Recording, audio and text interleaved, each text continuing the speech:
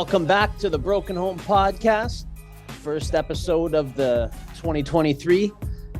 Tonight, we are sitting down with Detective Constable Shawn Geris. Detective Constable Shawn Geris is a member of the Youth Gang Prevention Force, and he's going to sit down with us tonight, and we're going to get into some good discussions. How you doing tonight? I am fantastic. Thank you for having me on the show. No problem. Thank you for taking the time out of your day to pop in and talk with us. So you've been in law enforcement for quite some time now. Can you give us a little bit of your background? Yeah. 2 decades plus a year now. I started off in 31 Division.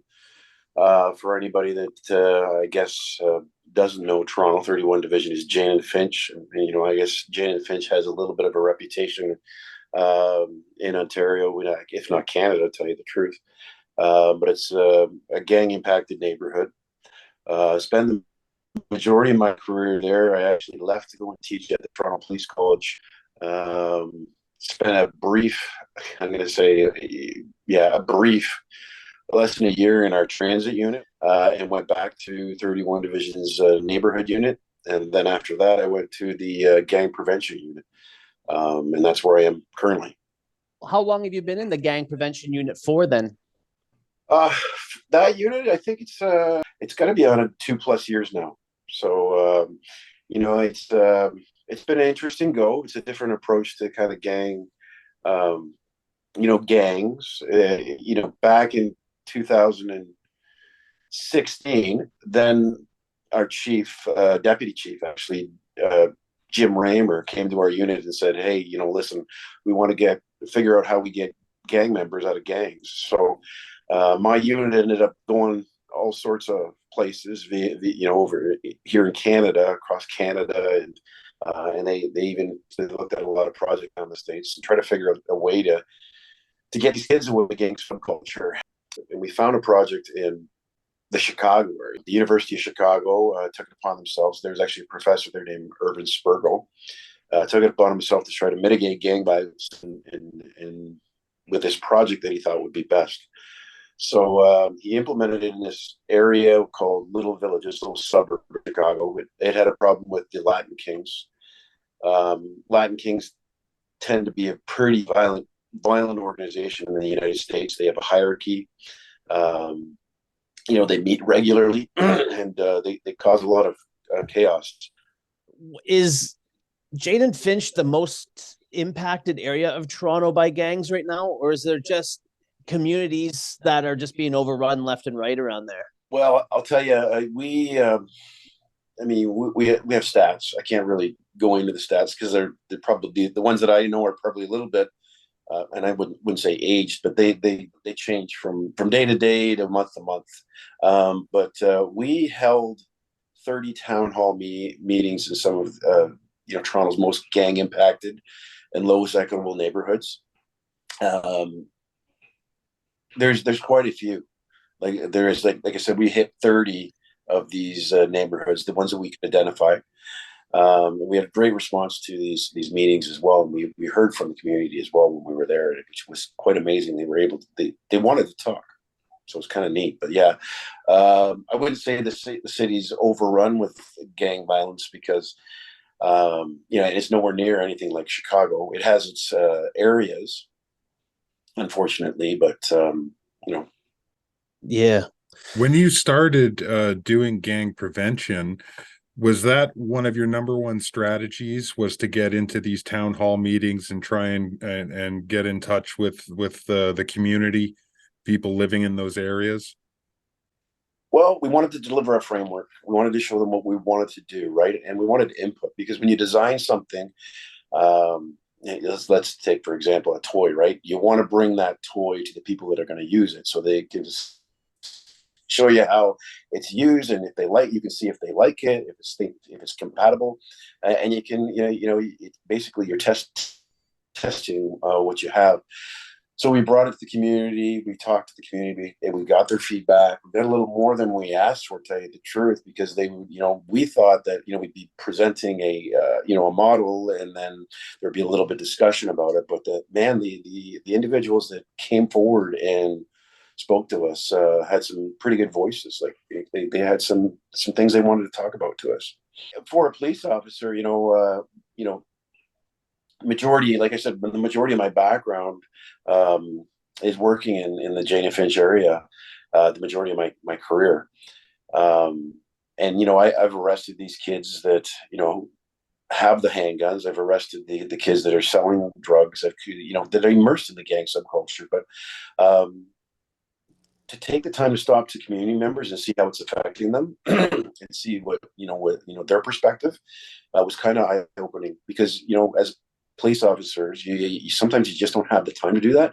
But our unit was able to take the time to do that, which was valuable to us, very valuable. Oh, extremely. Like, communication is key, because, like, to be honest, police can implement anything they want, but if the community doesn't have that they don't have the support of the community, there's not going to be that 50-50 give and take kind of relationship with it. So that's really awesome that you guys held that town hall and got to hear their primary concerns, and were able, I'm guessing you tailored your framework to that in some aspects then? Yeah, of course. And it wasn't just one, it was 30. So 30 of these actually 29 town hall meetings. So we gained so much insight. I guess that would be the better word, insight to what was going in the community, what they needed, the issues that they had to overcome, a lot of those things. So, for a police officer to take the time to do that, or whole units take the time to do that, is kind of unheard of, especially up here in Canada. And that's the thing too. We have a lot of California listeners. A lot of our guests are from Los Angeles, Compton, Inglewood area, and the gang, not only mentality, but the whole gang structure is it's a whole different world of gangs up that way. And then when you talk about them, like when I talk to them about, oh, we got gangs here in Canada, they kind of get a little bit surprised by that. Like, oh, really? Like it comes as a shock, I guess, to them. Yeah, well, I spent a majority of my athletic career down in the United States, and I think there's some of our friends down south don't travel up here much. I've been asked if we still live in igloos. I think that kind of. No. But that's just, I guess, for the lack of a better word, ignorance. That it's just because they haven't been up here. And yeah. Some of these kids, and you're talking about gang members in California, but some of these kids haven't, these gang members haven't left the cities that they live in. They've only seen those places. We have the same thing in Toronto. When we talk to the kids in our neighborhoods, or the people in our neighborhoods, they haven't been out of the city of Toronto. Some of these kids haven't even seen the CN Tower. I had to take one kid from my community, who I was, I took to a function downtown that was happening at City Hall. I was trying to get him into wrestling and show him the right way. And we went down to City Hall, and there was a wrestling mat in the just in the big courtyard there, and we went down and watched it. And he was telling me, and we went with his family. They'd never been downtown, never even seen the CN Tower, but they had lived there for 20 years. I imagine the same thing is happening in Los Angeles, where these kids don't have the opportunities to go and maybe go and see a 49ers game, or maybe go and see at the time, Los Angeles Raiders, I guess, but I guess they're Las Vegas now. Yeah, that's true. A lot of the kids, they don't leave a 4-block radius from their home most of their lives. It's kind of shocking when you think about that. Me and you spoke by email there, and I gave a little bit of my background about the area that I grew up in. And when I was coming up, I could never see myself even going any place, like going to Toronto. I couldn't see myself ever basically being able to leave my neighborhood. And I feel for the kids that have that mentality, when I know exactly how it feels to think that you don't have any options in life, and this is pretty much where you're going to end up being pretty much for the rest of your life, in this one area. You hit it right on the nose. It's when you limit somebody's view, whether it's purposely or it's not purposely, but when you have a limited view of the world, you don't see what other options you have out there. And sometimes these kids don't want to leave their area because they're scared of the collateral damage from gang members. or they're maybe the rival gang or whatever it is, but they stay in their areas. They don't come out, and they don't see what they could be doing. And that's why, I'll go back to my project, but we bring different mentorship programs in. Currently, we have a robotics program that's coming into the Jane and Finch area with the YACE program and stuff like that. And these kids are actually, they're seeing stuff that they wouldn't normally have seen. Like, these businesses are coming in and they're showing us. Can you imagine, some of these kids seeing this for the first time and having this epiphany, like, maybe, what, I could be, earn some money in this field some way, somehow, right? And that's what I think, unfortunately, the gang subculture, we limit the perspective that we have, or they limit their own perspective. All about us and them, gang members against gang members. Very true.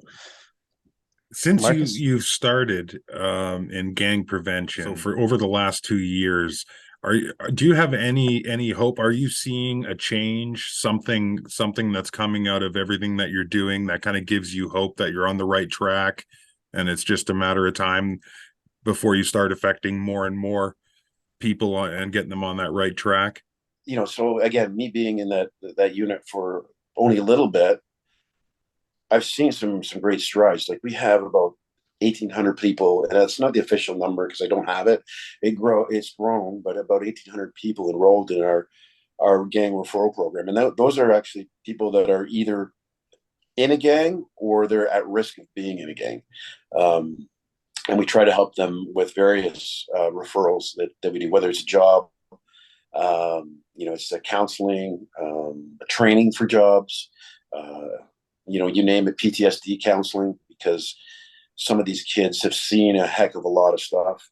They might even perpetrated some of it, and they still need help. Doesn't just because we have to reach these kids.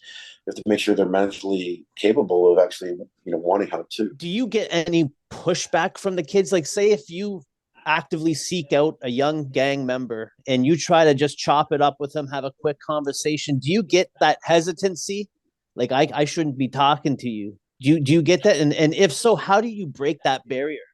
Well, when I was working in the neighborhood office, the biggest thing was the big hurdle is, kind of bridging the gap between police and the community. Because obviously, people know that, various communities have, got their backup, with the policing community because of historic incidents that may have happened in the United States or here. So it's tough. Wearing the uniform is a barrier. But, when you're a neighborhood officer, you're immersed in that neighborhood. So you see people in and out every single day. And what ends up happening is, because they see you, you have conversations with them. It starts to break down that barrier a little bit. And it's all about following through on what you do and what you want to do. But it is tough when you want to reach a gang member, like specifically when they see you in uniform and you start offering help. That's why with the Engage 416 program, we've built neighborhood teams, and these neighborhood teams are kind of overseen by some folks in my unit. And they consist of people with various backgrounds, people from the community, people from faith-based organizations, housing, probation and parole, people that can actually be, they're more approachable. Because somebody in probation and parole, they're going to be dealing with these kids one-on-one, and they're going to be able to say, well, listen, this group of guys, they've got a program, or sorry, they shouldn't say just guys, but we have girls in the office too. They have a program, and I think it might help you. And then they can explain our program to them. That's why it's so important for us to actually to have the neighborhood team, because it helps us break down those barriers, because there is that trust that's there. And sometimes that trust can be broken just by something that happens in the media. Something down in the States, like as bad as George Floyd, even that it didn't happen up here, there's a mistrust. All of a sudden it just comes north of the border and paints every police officer the same way. Yeah. And me and Mark were actually just talking about that, is how kids growing up these days, the police are painted in a negative light almost every single day by the media. Have you yourself experienced that? Like, had that impact what you're trying to do? Well, yeah, I mean, every step of the way that, there's good and bad stories that come out, but it whatever sensational, right, comes out covered. And the unfortunate thing with this day and age is that when you Google something, or if you have an opinion on something, the algorithms will keep feeding you like stories. And you're only going to get, so if you have a hate on for police, you're going to get more and more videos, or these talking heads coming at you and just supporting your beliefs. And it's the I think the term is it cognitive bias? I think it's cognitive bias, where you just you just you don't believe anything else other than that, because your belief is substantiated through videos or from the people that you experience. You have a tendency to keep those people around you. That's why it's so important. Critical thinking is kind of going to the way of the dodo, I think, at times. And that's where I think the community is at risk more so than anything when it comes to that, because we've started to put ourselves into groups instead of individual. We're not individuals anymore. Yeah, no, we get isolated into echo chambers of our own personal beliefs. And then, like you said, the more bullshit that you feed into, the more it's going to come back at you, and it's just going to keep filling it with you. Yeah. Yeah, social media is a gift and a curse at the same Mhm. time. Yeah. Yeah. I mean, it has its pluses, but if we're not cognizant of what's going on, like, you've got to remember, like, back in the day when we were, I'm aging myself here, but when Walter Cronkite or Dan Rather was on TV, they just talked about the facts. Now you've got people that come on to TV shows, and they will, come on and tell you their opinion, and then they'll tell you why they're right.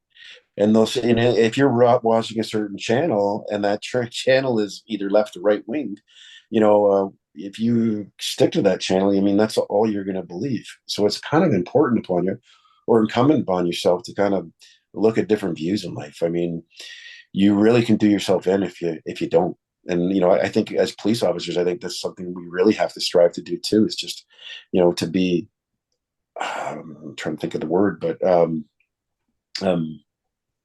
impartial. You need Yeah. to have both sides of this of the tracks. You can't just take one side. Shawn, what made you get into law enforcement in the first place? I was a youth counselor in the beginning. I actually, in London, Ontario, at this place called King Street Detention Center. It was an open custody facility. Um, well, it's on King Street. I won't tell you exactly where it is, because it's kind of hidden, but it's a house. But it's open custody, and they had kids there. I think they had about 12 kids at a time, and these were kids, phase one kids, which was below the age of 15. I think that's what it is. I can't remember. It might have changed. Um, and I just really, really, really loved like working with these kids, because when they got it was open custody, but these kids has a lot of issues in their lives. Um, and it's what we call now in the gang prevention, we call them risk factors, but push and pull factors that pull them into criminality, or push them into criminality. And I've always been kind of a listener, or and I like to think as well. But when these kids got into crisis, of course, I'm a big guy, and they'd always kind of, the people that work there would kind of force me into the situation. They're thinking that I'm going to go in there and wrestle the guy, because that's my background. I'm a wrestler, right? My dad was a 3-time Olympian for Canada, so I'm thinking they're just kind of like, okay, let's send that guy in. He's going to take care of things. Well, I didn't want to touch anybody. I didn't want to roll around the ground with anybody, because these are kids, really. So I talked to them. I have a tendency to talk to them and see what was going on. Besides that, I mean, when the kids were freaking out, if they were throwing things, as long as they weren't hurting anybody, I mean, once you got through the throwing and the punching the walls or whatever, the kids would break down. They cry, and they start telling you what's going on in their lives. And when that happened, I spent time to actually kind of brainstorm with them, and tell them that, hey, life's not doesn't have to be like that. You become a little bit of a mentor. You become a little bit of a coach. So I really love that. And then I went to it wasn't a good paying job, a child and youth worker at the time. I don't know what they pay now, but so what ended up happening is I went to a full custody facilities right by Fanshawe, still young offenders, and Really rewarding as well. Same thing, except it was secure custody this time. This institution was privatized. From there, I went to ENDC, and they had a young offenders program there. So the young offenders program was a little different because you could actually sit on a range with these kids, and you actually talk to them, engage, and then it was like less than a year that I was there. They lost their young offender facilities, and they went up to they sent the kids up to Blue Water, and it was just adults and adult jail facilities, detention centers. The one in London there, it just houses people. You feed them, you take them out to yard, you make sure they get showered, you make sure other inmates aren't beating them up or they're not getting killed. That's basically what you did. So the capacity to actually change somebody's life or affect somebody's life wasn't there. So I was kind of stuck. And then I had a friend that said, let's try policing. I'm like, well, I guess it might be something. Maybe I could, operate in a better manner that way. So I applied, not thinking that I was going to get hired. To tell you the truth, I thought I maybe okay. What I'll do is I'll go in and I'll get some experience with the interviews because it was horrible with your interviews at the time. And I got a phone call as I'm walking through Westmount Mall. I was actually going to the movie theaters that were actually used to be there. But I got the phone call and they said, "Hey, we'd like to offer you a job as a cadet at the Toronto Police Service." And I'm like, I'm thinking, okay, great. Well, I got to think about moving. So it was kind of a surprise to me. It wasn't always something that I wanted to do. I wanted to be a physiotherapist. I had a friend that was a physio, and when I was down in school in the States, that's what I was gearing my degree towards. So policing became a different avenue. I was able to actually start working various programs in Jane and Finch area. I actually operated a wrestling program there at one of the high schools that actually had two conflicting games, neighborhood games that actually went to school in the area at that school.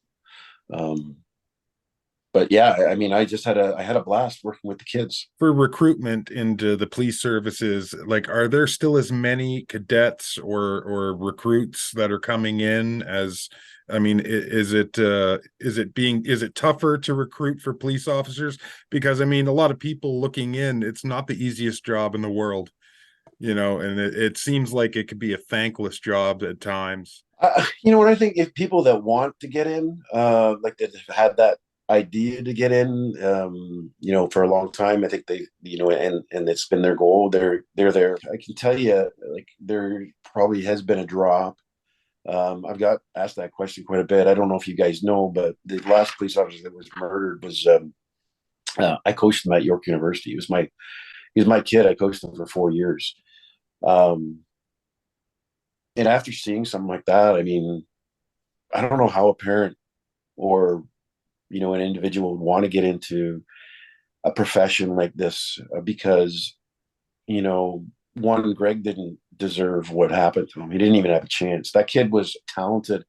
He was a Brazilian jiu-jitsu brown belt. He was a proficient wrestler. Had he I guess had the opportunity to control the situation, he probably could have, but it didn't happen. It was a cowardice act that happened, and how can you prepare for that?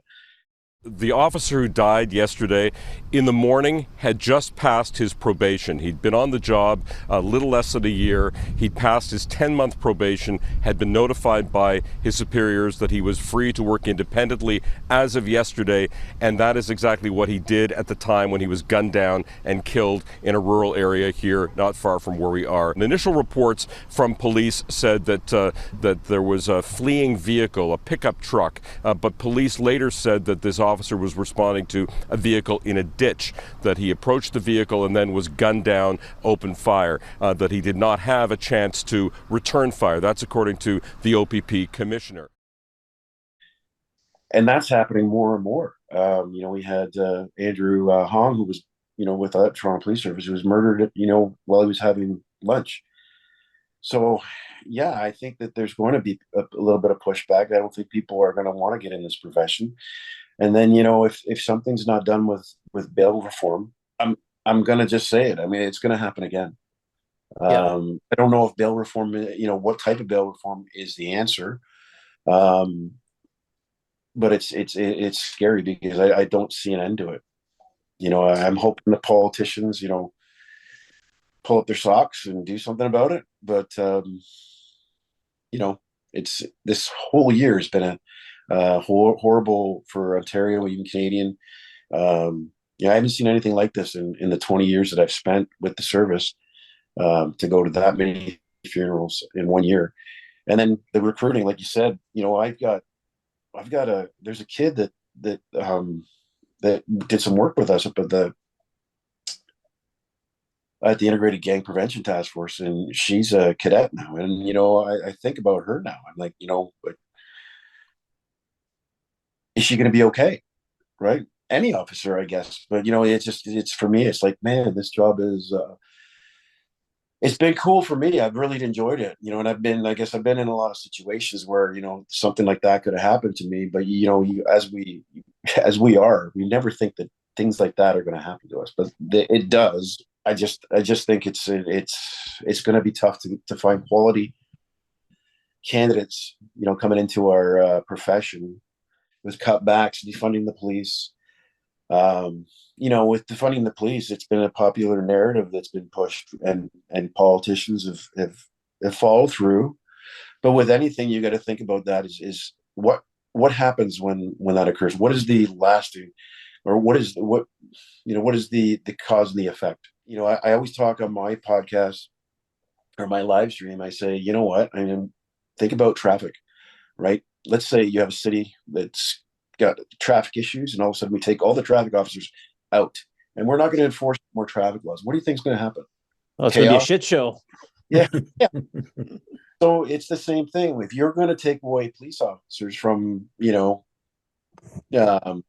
city, and you're going to limit their capacity and ways to operate, you're going to have some issues. And, and I don't think people think about the long-term effect, which is unfortunate, because I think when you're analyzing data, you really need to look at those things. Was Toronto hit with that defund the police? Oh yeah, well, I guess the defund the police movement occupied, I guess the street that's in front of our headquarters for a while, actually. So yeah, and I think politicians did listen, but then this year I think our mayor made the decision to bring back funding, and I know people that aren't happy with it, but there are issues that have been raised, legitimate issues that have been raised, and why that the service needs money like that. And not all that money goes into salary. There's going to be money that actually has been allocated for our unit, which is amazing, because our unit involves the community, and it's actually we can become more effective as police officers when we're working with a team from the community. We're looking to go citywide after a bit, in March, hopefully. And if that's the case, our numbers will go up, and we'll be helping the city in a different capacity. Were there any solutions coming in rather than them just saying defund? Was anyone offering up solutions or any strategies, anything like that, to put it in a positive way? I wasn't part of those conversations at the time. I was just in the neighborhood. And, if there was solutions, I didn't hear about them, unfortunately. And I would love to hear them. Kind of what we're doing is a solution. I mean, we're involving the community. We're not, because the community's there, because the community's involved, they get to help themselves, and it's not like we're there, and with a 20-man unit. My unit's only 3 people plus a supervisor. We're funded by the proceeds of crime grant, so a lot of the funding comes from the government itself. But the solution wise, I think when we start giving this back, because the idea is actually to give this program to the community, give it back to them, so that they can operate it without us, and we can just kind of oversee things. And that way, the city's not spending money on officers in those in that office, wasting money, some people would say. Teach a man to fish kind of thing, eh? Yeah. Yeah. Pretty much. Yeah. there's going to be a lot of people that don't know what Engage 416 is. We got a lot of United States viewers. Can you break it down for them? Yeah, well, Engage 416, if they want to check it out, we have a website. It's the engage416.ca. It's not .com, so it's .ca. But basically, it's a program that we have neighborhood teams. We build these neighborhood teams from the people with backgrounds that I mentioned before. What they do is they go into the community and, they're already immersed in the community. So they can identify kids that are at risk or already in gangs, and they can get them the help they need through our referral program or our mentorship program. We offer quite a bit. We're actually gotten so popular that our defense councils are trying to implement some of that with in their programming as well. So just want to put it part of their releases. Here, we want you to kind of take a look at Engage 416 and about. But mind you, like, our program is voluntary. It's not, we don't force it upon anybody either. It's if you want help, you got to say, hey, I need help, and can I get help from you? We have some people that tell us to go pound salt too, because they're too immersed in the gang subculture. Those people, you just got to keep knocking on their doors and saying, hey, let me know when it's time. Basically, what our teams do, and then what we do is we'll knock on doors and offer our assistance. And how often do you get approached by youth coming saying, I want to get out. I don't see how I can, but I need to get out? You know what? It's I don't know how often it's regular. It's not every single day though, but it's regular, and you'll get somebody or a mom or what can I do? I've got this problem, or and of course we offer the counseling. We offer them family counseling as well. And again, these are they're not our Toronto police counselors. These are people from the neighborhood, people from the the community that are already involved in practices and stuff like that help out. But I see it is working, because I've as we're in the office, and sometimes when we're talking about a particular case, there's a kid that one or two kids that come through that I recognize the name from, just from where I worked, and I'm like, yes, it's kind of a silent yes, because I'm like, this kid's looking to get out, right? Another kid that I had coached, just so two kids this year. So the one from York University was murdered, who was a police officer, but there was another kid that was on my wrestling team at the high school that I won't say the name, but the high school that I coached at, and he was murdered actually as a result of the gang subculture. This year too. So two murders that occurred, and so when I have somebody like that I know that I've dealt with in the community, and they're reaching out for help, I kind of celebrate, because I know sometimes the only alternative is going to prison and screwing your life up for the rest of your life, or being shot or killed or murdered by or collateral damage. So it's kind of when I do hear the names coming through, it's like, yes, that's great. That kid's on the right path now. Let's help him. What is the age that you're seeing, like these kids getting integrated into these gangs? What's the age starting at? This is where the town hall meetings really came into valuable resources to us, the insights. Talking to a gang member that he would recruit at very young ages, at elementary school, and he would look for kids that were alone in the neighborhood, kids that were walking home alone, were kids that didn't have friends. They would target those individual kids, and it would be simple by giving them money. Business, it's a simple practice, reciprocity, right? You give somebody something, they feel indebted to give you something back. So when these kids are getting $20, here's $20, go and spend it on something, or $10 or whatever it is, and then all they are asked to do is watch out for the police, or hold these drugs and they wouldn't tell them they're drugs, I don't think.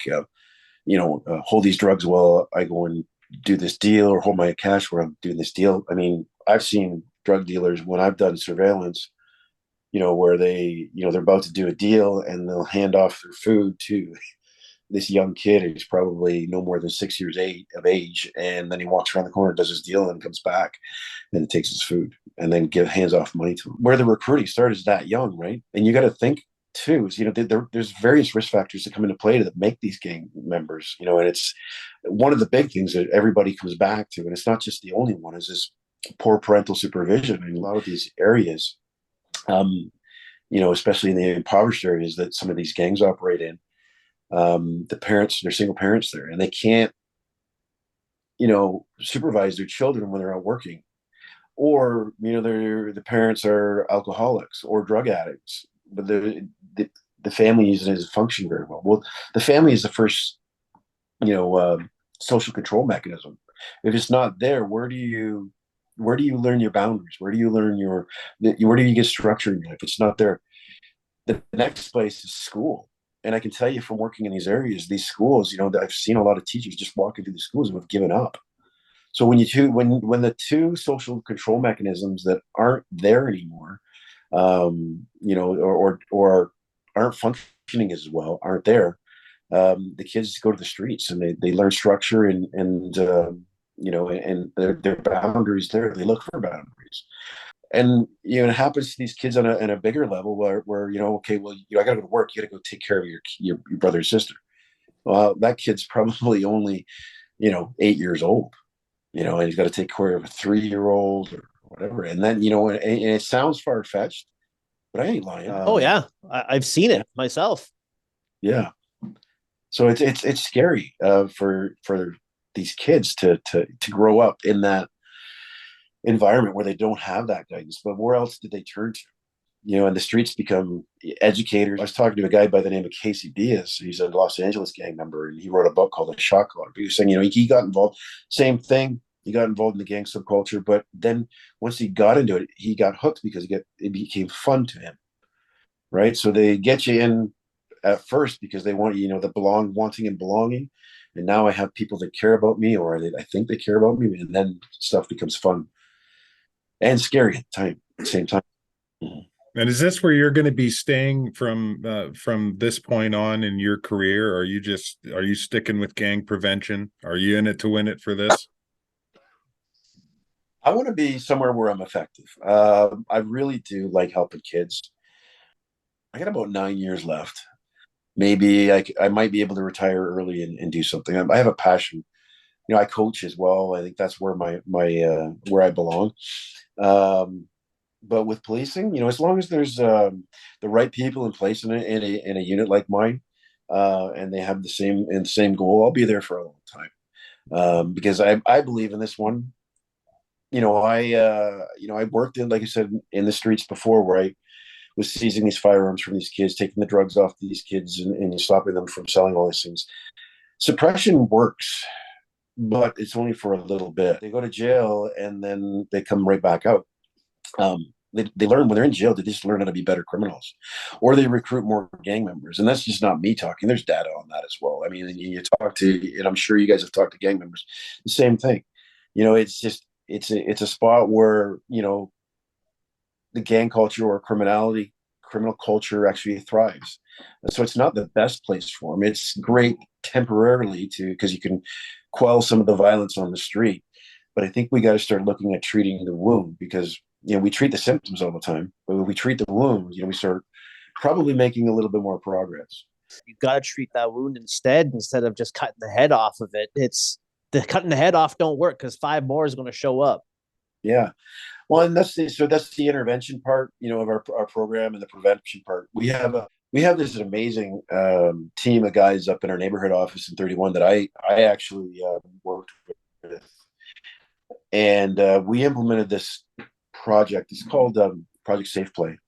And so this community, Shore community, when I was working in the neighborhood unit as well, or even in the transit unit when I was there, they were scared to come out of the buildings they live in. So it's a townhouse complex, plagued by up near Driftwood. If you guys have heard of the Driftwood Crips.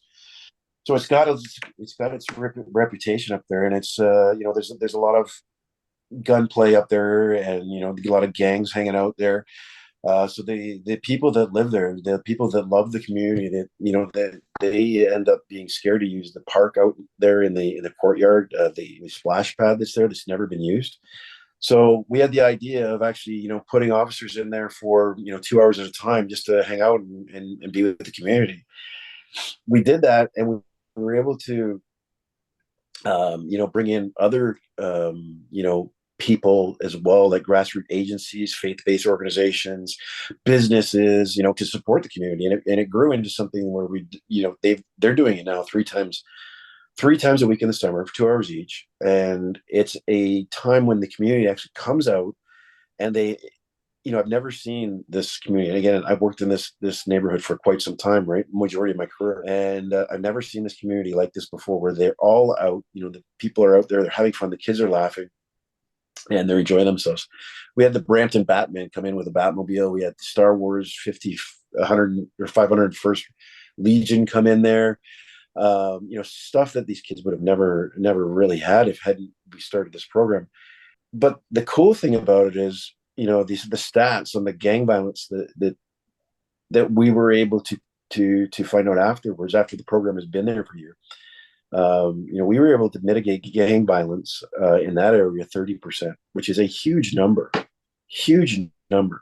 and that stat comes from so it wasn't, I didn't look at the data, but it was a sergeant of mine that was in charge of our neighborhood office at the time. He's a staff sergeant now, but Dave Haynes. He was talked about that stat, 30%, and you can imagine how the community feels as well in regards to that. So this is, we'll circle back to the defund the police narrative there. When the politicians were speaking about defunding the police, they were like, no, we want the police. So a city councilor came into that area, and the community members came in, and they surrounded them with placards saying, we want more police. This is a community that is impacted by gang violence, that doesn't share that narrative. These are the people that matter. The problem with politicians is they don't schedule some of the meetings on issues at the proper times or at the right spots, because again, in our town hall meetings, what we discovered is that those meetings were hard for the people in the community to get to, because they're working a job, they had kids at home, they didn't have the time to go downtown to defend the police, whether they were because they were in the school for the SRO program or for defunding the police. They weren't able to speak up. But when the politicians came to their neighborhood and they saw the value in the police being there, they were like, you know what, you need to change your narrative, because what we want is, we want the police because the police keep us safe. Those are the voices that aren't being heard. The voices of activists. I'm going to probably say there's a majority of activists that don't live in some of these communities and don't speak for these communities. Now, mind you, there are some. Right, but the loudest voice, the squeaky voice, or what's the deal saying? Squeaky wheel gets the oil, right? But it's not the majority. And that's my personal opinion from the people that I talked to, and the information that I got from our town hall meetings. Yeah, no, you see it on the news all the time. There's always that one actor or somebody that has no business speaking but they're the loudest voice about it. It's always like that. What's your opinion on getting kids into sports to keep them off the streets? To me, I think that was like the number one thing. As soon as I got into mixed martial arts, my whole focus changed. Everything about me changed. And I think keeping kids off the streets with sports is probably one of the easiest things to do for parents. But I know that's not available to all these parents. At the same time, there's a lot of communities that don't have the resources to implement them. But for those that do have that ability, what is your opinion on that? Again, I'll go back to those town halls. But one of the statements that came out of that is that, the community members said, we're not underserved, we're poorly served. And that statement, when they explained it, was like, when we have a program that's in there, it doesn't last. There's no consistency. And it could range from things like volunteers, volunteers are scared to come into the community because of the reputation that Jane and Finch has. I'm just using that as an example. I'm not saying that that's the occurrence, but because of the way the media has painted that, people from outside are scared to kind of come in or walk around the community, and it goes with sports. So sports, some programs get left out because don't want to spend time there. The coaches don't want to go into the community, or they don't want to spend the majority of time that's needed there for consistency program. I think it's one of the most important things you can do for a child, to inspire and believe in themselves, because that's what a coach's job is. You are there not to win games. You are to build the person's character. You're not there to pad your resume. You're there to make the individual a better person through sports, and show them that they can overcome obstacles, whether it's physical or mental. And that's what's missing in some of these communities, like you said. But a lot of the kids respond to those coaches. Those are the ones that have success. They because they believe, not that they're the father figure, that surrogate father, but it's because the coaches have taken the time to believe in these kids and to show them that what's out there. When we miss that, we're shooting ourselves in the foot. The problem is, again, you've got people in the community that have 2 to 3 jobs, and they can't volunteer. I might be, maybe I'm living in the community. Maybe I went to school, to the States for football, and I want to start a football program, but I got to work 3 jobs because my kids got to go. I got to feed my kids, right? So there's all sorts of issues that come into play to getting these programs to work, to function, and to have the right people involved. Because there are people that are there in the community too, and this, and they're only there for them, themselves, and pad their own resumes, and get the funding that they want because it funds them in a different way, not the community. Taking it back a bit, have you noticed an uptick in guns on the street in the past couple of years? You know what? I think our stats have shown that there's been more shootings. I don't know about the number of guns. I don't know that officially. I don't know that. I know that the majority of our guns that we seize from criminal instances. There was a deputy chief that we had last year, and he quoted in a meeting with Parliament and on gang violence, and he quoted this stat, saying that 86% of the firearms that we seize in criminal matters are from the United States of America. So we're getting a lot more from the United States, I can tell you that much. But as for the numbers, I don't know. But I know that the shootings have gone up consistently since carding has stopped. And I think Ari Goldstein had mentioned that on the news. That's not me saying that myself, but that was Ari Goldstein saying that. And I think he had stats that he kind of looked at. And Ari Goldstein is a lawyer from the Defense Council here in London. Toronto. It might not be him. I might be misquoting him, but I know it was a defense counsel here in Toronto that's really outspoken. Because up here in Thunder Bay, it was pretty much unheard of to even hear about a handgun being used in a crime up until past 2-3 years ago. Like, that's when you first started hearing it. Now we've had 15 homicides last year, and the majority is gun violence. It's or kids just getting shot. But it's just been this huge uptick in gun violence up here, and it seems like it's originating from gangs from the GTA area coming up here to slang their drugs, getting busted up here. The courts revolve them out, tell them not to come back. You read that dude's name in the paper 3 weeks later, same guy, kind of a thing, That's something that has to change right there.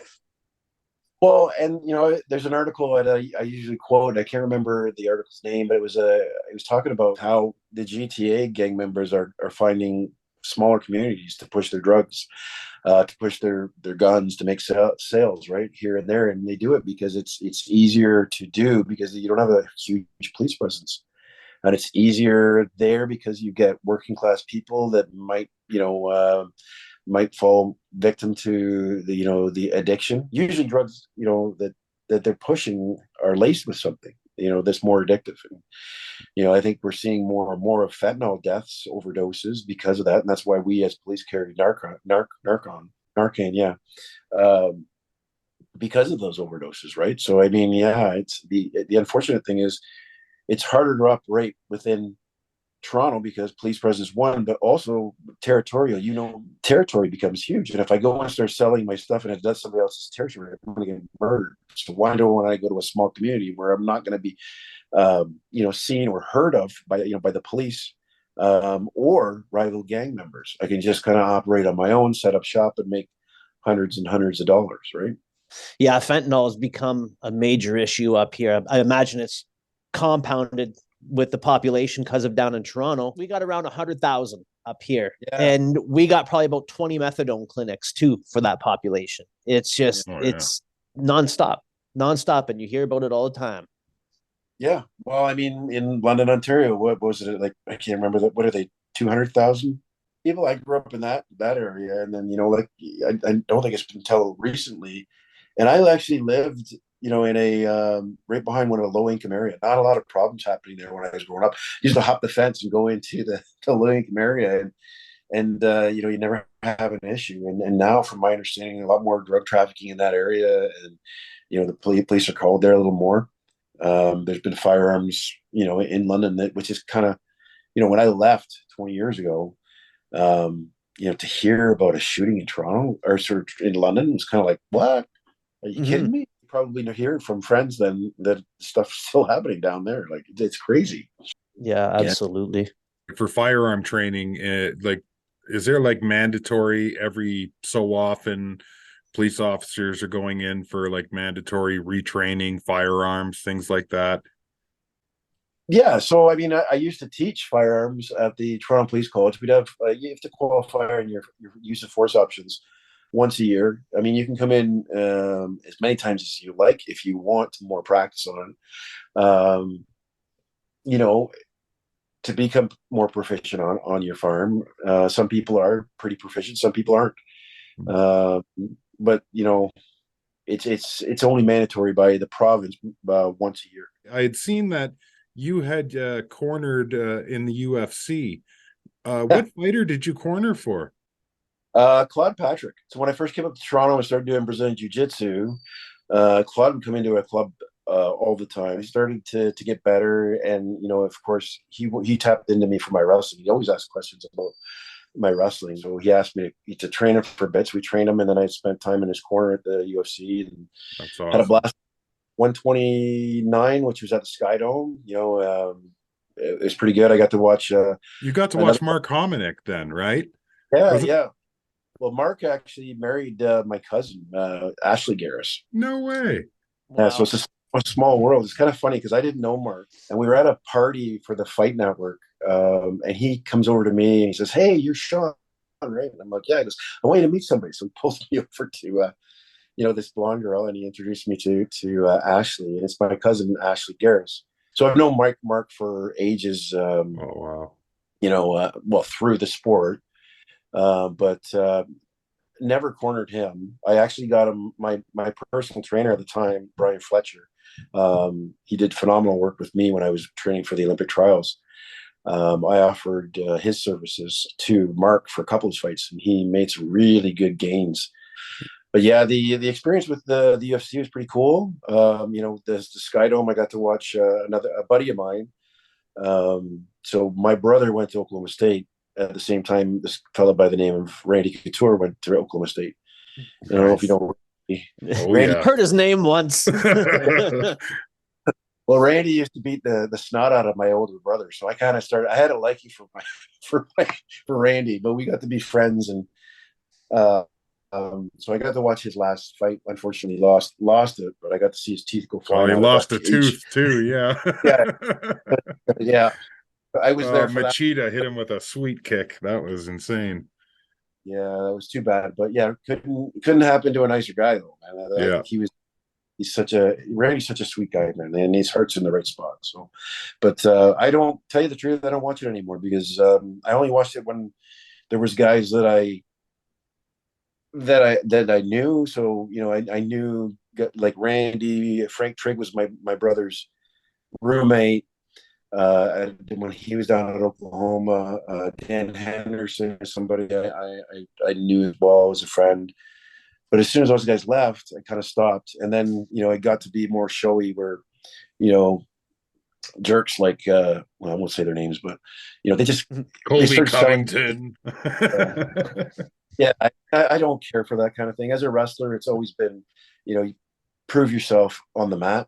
And these guys, shoot their mouths off. And, a guy like Conor McGregor, he shoots his mouth off all he wants.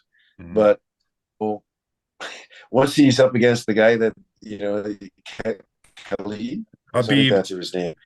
I didn't even want Khabib. Yeah, he Dagestani wrestling because UFC. Yeah, you couldn't. The UFC couldn't protect them anymore. Yeah, because that's what they do with their fighters is they protect them. I don't know if you guys remember. There's a fellow by the name of Matt Lindland. He was a good friend of mine as well. So silver medalist at the crazy '92 Olympics. And he was supposed to fight a guy by the name of Rich Franklin. And I don't know if he kind of looked like Jim Carrey. Yeah. And he's a math teacher. Yeah, that's right. So Matt was the top contender, like for the title, but they wouldn't let the two fight because they knew that Matt would kick the snot out of him. There's a pretty boy who could be the face of the UFC, this Rich Franklin, or you could have my buddy Matt, who's not so pretty as Rich. So I mean, that was for me, that was kind of thing. Really, you're around sports your entire life. You see the best people, win because of their talent. The UFC is about entertainment more so than anything. It's not about finding the toughest kid out there. It's about finding the person that's going to put people in the seats. And I started to realize that. And that's when I stopped watching it because I was like, I don't need this crap. Before we head out here, Shawn, yeah, we always ask all our guests to drop a positive message to the youth or something that you wish you knew growing up, something that can stick with them. What would you have to say to them right now? I've actually befriended the University of Michigan's former swim coach. He's amazing, Jim Richardson. But one thing he harps on kids, and we always talk to our kids. We always are goal orientated. We want them to do so well and something. Okay, but way to go. You won this championship, or way to go. You did this on the math test. We set, bars for our kids to achieve. And what ends up happening is, they are afraid to fail. We create this bar and then they don't want to perform, or they don't want to, they're scared to perform because they don't want to fail you. I think when, what we need to do is change our attitudes. And it's all about effort and attitude when it comes to coaching or to believing in yourself. When you put an effort into things will happen. Don't worry about the outcome. The outcome will come eventually. When you put in the effort and you actually put a cognizant effort. What I mean by that is when you start focusing on, the skills or what you need to actually take you to the next level. And it could be, in life, or it could be in sports. What does it take me to get to the next level? I have to kind of sit about and think about that. So where do I have to put the effort? One thing a day. My math test, I'm going to study for my math test today, right? I'm going to work on this equation for today. I'm going to work on this formula for today. That's all it has to be. And it's just putting effort. We're so scared because we look at the big picture. We look at, I want to be an Olympic champion. I want to make the Olympic team. And then we never break it down to slow things. And because we look at those big goals and our parents look at the big goals, we set those goals, we get scared of those goals, we're scared to fail. If you're just looking at putting an effort in one day at a time, improving yourself one day at a time, you'll make the progress, you'll make it closer to that goal. That's my biggest thing that I want people to kind of figure out for themselves, because we put the limitations on ourselves, our mindset. We think, oh, I can't do it. You can't do it. Well, you can do it. You got to take, how do you eat a cake? One bite at a time. Yeah. Right. That was an Olympian, actually. I quoted an Olympian, Oheno Akufu. And I hope I said her last name. She's a wrestler that I did a podcast with. But that's what she said, and it stuck with me. One bite at a time. That's how you eat a cake. So why would you do anything else? You're not going to stuff your face with a cake, but the lasting effects of that, is not. You're only going to taste it once. But if you keep on taking those bites, you get to taste it more and more. Right? It's all about incremental success. Well, That's awesome. That's amazing. Detective Constable Shawn Geris, thank you for your time. Thank you for your service. And we wish you nothing but success. And thank you again. Well, thank you for having everything that you guys are doing, and reaching the kids and having them on your podcast, giving them a different perspective of what's going on or what can happen for them. You guys are doing a great thing. So thank you so much for doing what you're doing, because, sometimes, my voice isn't heard just because of my uniform, but your voices, you reach it far more than I will, I think, because as soon as I turn up and tell them I'm a police officer, yeah.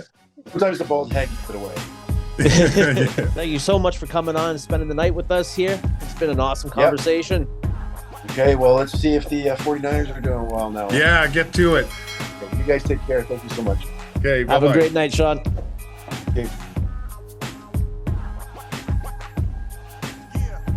Broken Home Podcast, second coolest show on the internet. Good night, everybody.